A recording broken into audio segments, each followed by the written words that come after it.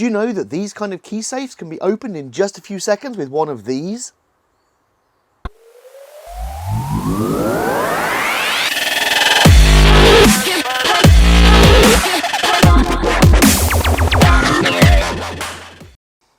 Welcome to the Man Cave. Now, I know I had been promising to do a video on RFID security and one on My Fair Classics, and trust me, it's coming this weekend.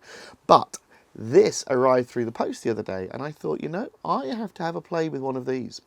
And inspired by what I was shown at 44Con by some of the lovely gentlemen at Moon and the Stick, which were running the lockpicking demo at 44Con, I wanted to just demonstrate how you can open these things. So none of this is unique and individual research. This is all just stuff that I learned at 44Con that I thought I'd show. But why am I going to show this? Well, as part of my other hobbies, I do a lot of shooting.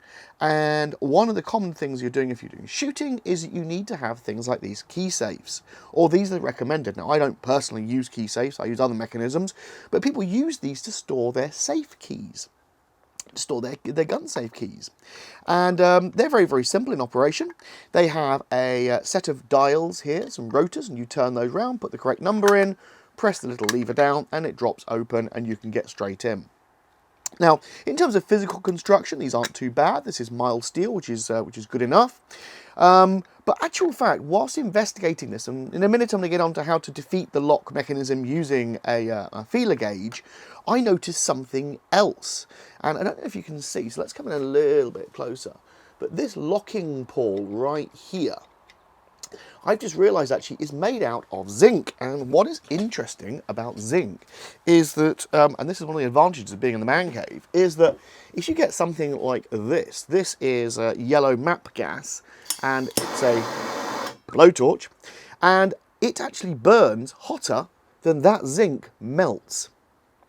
Meaning that I suspect, and we'll do this at another time after I finish this video, that if you were to heat this section of the key safe up nice and hot with this, I suspect that the key safe would pop open, because this section right here would just melt out, and that would actually just allow the key safe to fail and for it just to pop open. But anyway, without further ado, let's get on to actually how to attack this particular key safe. So here is the lock up close, and as you can see here, it has these rotors, has 4 rotors, and that should give you 10,000 different potential combinations. So all we need to do is take our feeler gauges, and this is a set of feeler gauges. They're really, really cheap. This is under £2 or £3 on Amazon, and all they are is just pieces of very, very thin metal. I mean, you could actually, you could make these, to be honest, but I bought these. So let's get one out. Right, so this is the 0.91, which I found works particularly well. And what you do is you insert it in to the gap. And as you can see, there's a gap where the rotor is. And you insert this into the gap where the rotor is, and literally just keep on turning this thing around until suddenly you feel it drop in. And that's just dropped in.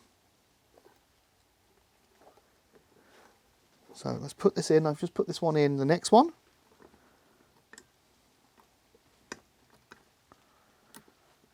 And I can feel that one's just dropped in there as well. So let's put this one in.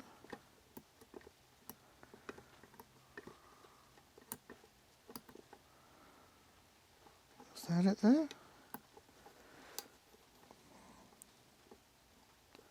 Yeah, I'd say that's it there. And then the last one, just put it in.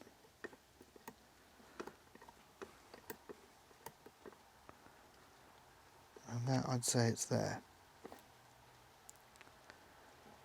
So, is that the combination? Let's try it. No, it's not. So let's rotate these all up by 1. It's not. Go all up by 1. You can go down by 1, but I'm going to go up by 1 just because it's easier.